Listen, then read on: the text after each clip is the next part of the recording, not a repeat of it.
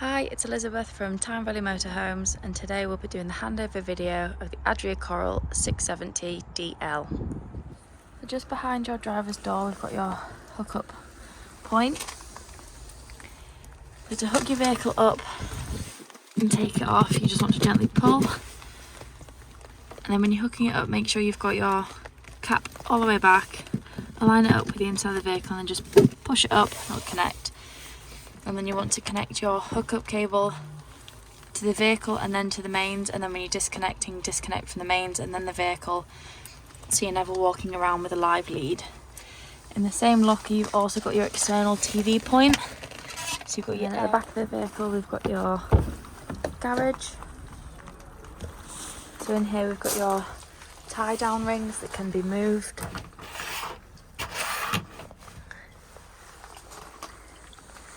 There's your 12 volt, and you've got a 3-pin, and you've got your external shower as well. You've got hot and cold here.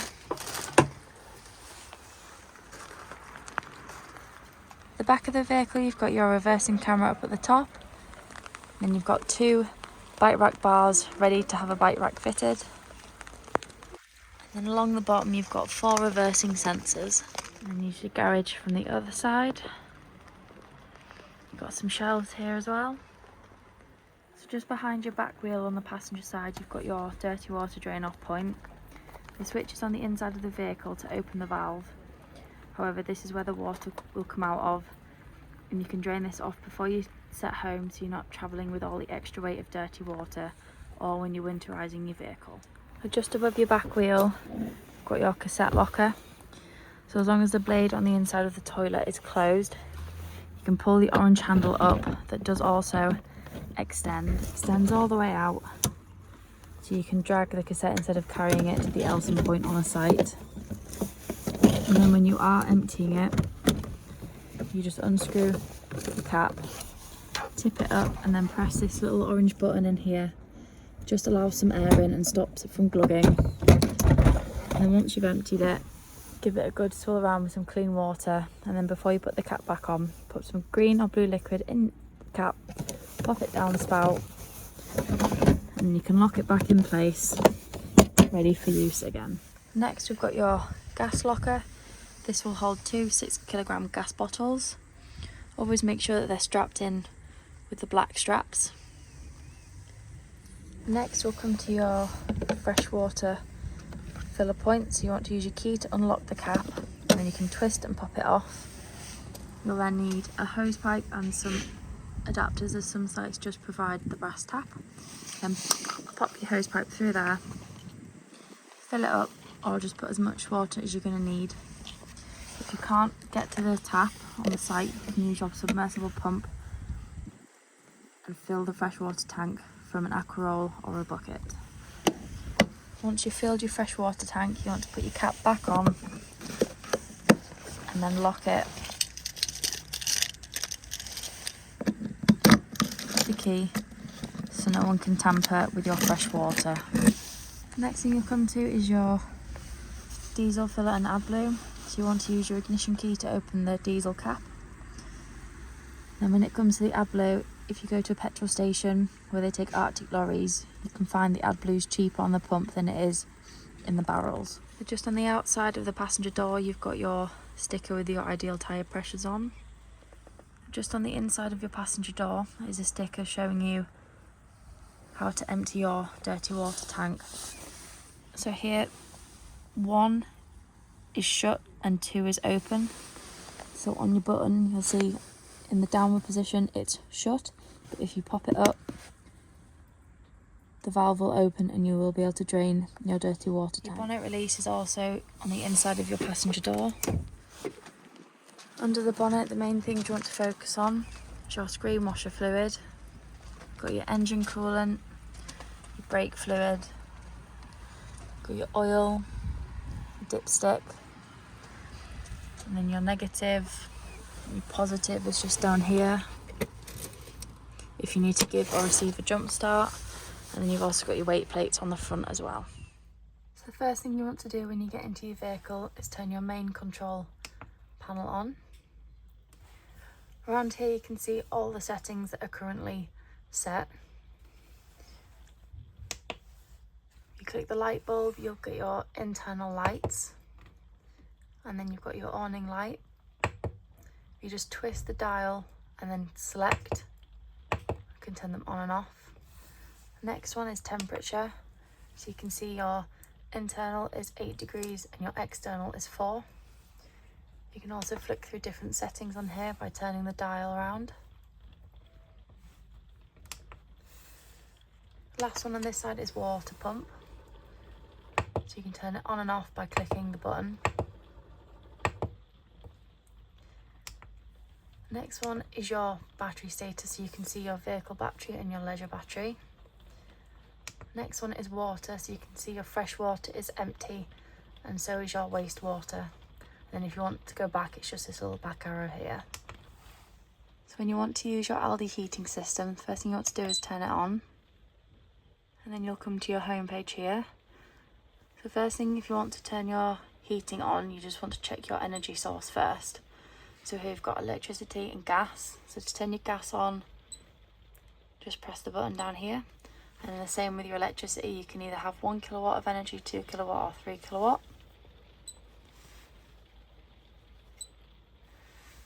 And then we can go into heating.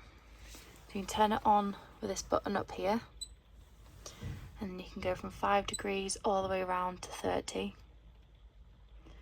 Just make sure that whatever you've got it set to is higher temperature than what your external temperature is. So here we've had it set to 27 degrees and the outside is 3, so the heating will turn on. Then we've got your hot water. So you can have off, on or boost. Boost will just take some power away from your heating and concentrate it all on the hot water for half an hour. This is useful in the winter if you're really cold and you want a hot shower quicker than waiting for it to heat up normally. And then if you click on menu, you can scroll through lots of different settings to personalise it to you. To use your TV bracket, you want to gently pull this lever down and at the same time slide the metal container across. It will come all the way out, and then if you're in bed and you want to see the TV, you can spin it around so you can watch TV in bed. To use your fridge, to turn it on, you just want to press your on button until all the blue lights come on. And then if you want to change from automatic and select a specific energy source, just hold the square button down until they start flashing. And then here you can use the arrows to select just hookup, vehicle battery, gas, or on auto. And then you can also select the different temperature, so you can go from 1 to 5 bars, 5 being the coldest. When you're winterising your vehicle, once you've cleaned and emptied your fridge, you can pull this little blue lever across so that when you shut the door, it will just rest open gently. As is the rubber seal, the fridge can develop weird smells or even mould through the winter months. So it's always best just to leave it open slightly to let the air circulate through. Got your shower. You've also got a drying rail to dry your clothes or towels. And you've got a skylight that will open as well, so you can let the steam out when taking a shower. To shut the doors, you just gently pull as they're both magnetised. And they'll stay shut together while you're having a shower. And then to open, you just gently push and they'll open again.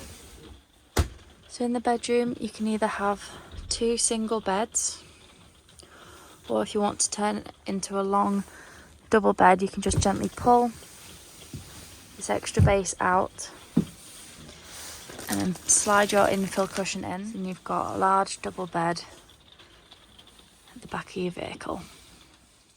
In both of the steps leading up to the bed, you've got some extra storage space.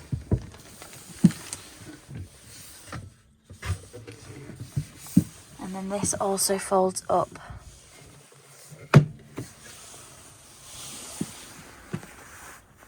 On the driver's side, you've got a large drawer. And then you've got another slightly smaller drawer below it. And then on the passenger side, you've got a nice large cupboard with some hanging space. Just next to the shower, you've got this strap that undoes, and then you can slide this door across, separating the back bed from the front bed, just to give a little bit of privacy. There's also the door that leads to the bathroom that will shut across from the kitchen area, so you can block the shower and toilet off from the bedroom as well. And then in the bathroom you've got a nice large mirror, you've got your sink, you've got a little cupboard.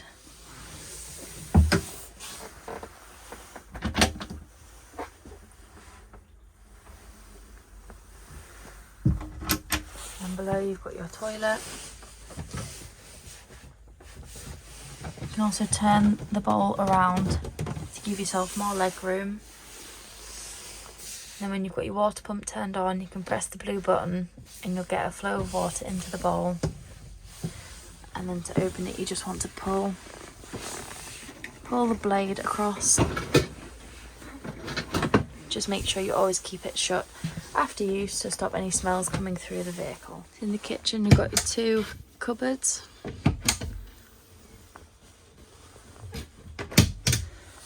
Then you've got your light switch, and you've also got an extractor fan above your 3 gas burner hobs. And you've got your sink and a chopping board to cover it up. And then got your oven and grill. And you've got some nice large drawers.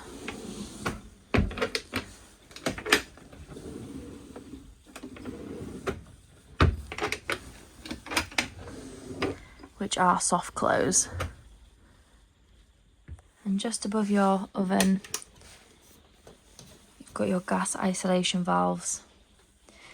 If you need to isolate anything, they're mostly used during the habitation service, but they just twist gently if you ever need to close them. If you want to use the full size of your dining table, just pull the support bar out gently, and then you can flip the table over when dining. Just in front of your dining table, if you lift the floor up, you've got your freshwater tank.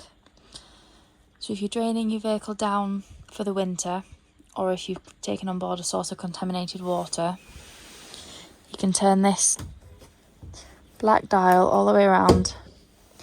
If you turn it a quarter of the way, it'll drain all but 20 litres out. So if you're travelling home and you just want a little bit of water to take with you, but if you are draining it down for the winter, turn the black dial all the way around so 100% of the water drains out. You can also open this blue cap and give it a good clean out and a rinse after use. Behind your passenger seat, under the travelling seat, if you remove the floor, you'll see your boiler drain down point. This is an automatic drain down point, so if the temperature reaches 2 degrees or below, it will automatically let all the water out of the boiler. However, if you're winterising your vehicle before the temperatures get cold, you just want to turn the diamond on the top, and you'll see this little blue button's popped out. This just means that the valve's open. So you can leave it like this through winter, but then when you come to use it again in the summer, you not only have to turn your diamond back horizontal across the vehicle, you also need to push the blue button in, and this will just keep the water in the boiler instead of letting it drain out. When you want to turn your dining seat into your travelling seat, the first thing you need to do is just remove all 3 cushions. You then want to bring this board up, and then you can gently pull the backrest up and it'll lock into place. You can then bring the board back down, and then you just want to fold this piece of wood over so you have a little bit of leg room. You then want to put your larger cushion back onto the base where it was originally. And then in the garage there'll be 2 backrests, because they are slightly cut out in the back, just so they can fit around. And there you've got your travelling seat all made up. And just on the inside of the habitation door, you've got your leisure battery isolation switch. So in winter, you can turn this switch round, which just turns everything leading to your leisure battery off, so it can't be drained through the winter months. And then you've also got your trip switches. So if you're ever not receiving power in the vehicle, you can trip the van.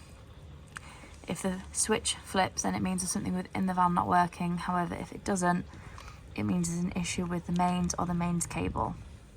On your head unit on the home page, you've got your maps, you've got your radio, and you've got a phone that you can connect to.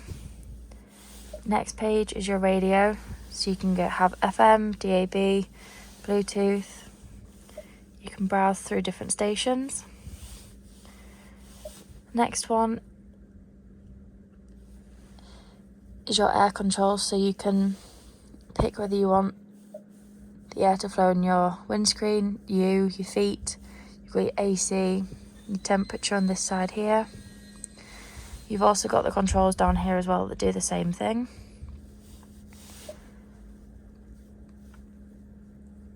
Next one is your navigation, just works like a normal maps on your phone.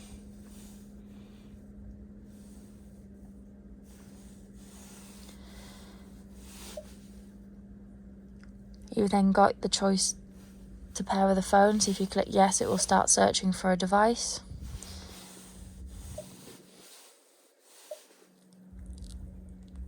And then you've got your vehicle settings.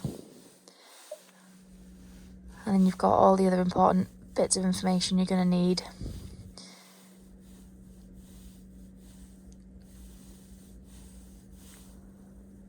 You've got your settings here, so you can flick through different options. You've also got your time and date and language if you want to change.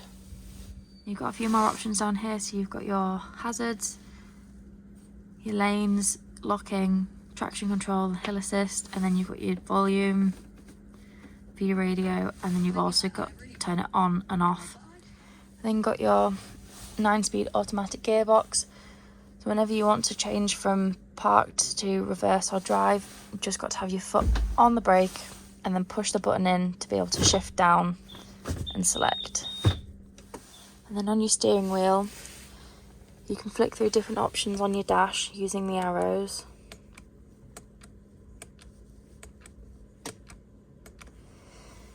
You've also got a voice command, so you can press this and you'll get a voice cancelled on your radio. And you've got your lights and indicators, you've got your windscreen wipers, you've got your cruise control in here, and then on the underside of your steering wheel, this is the volume for your radio.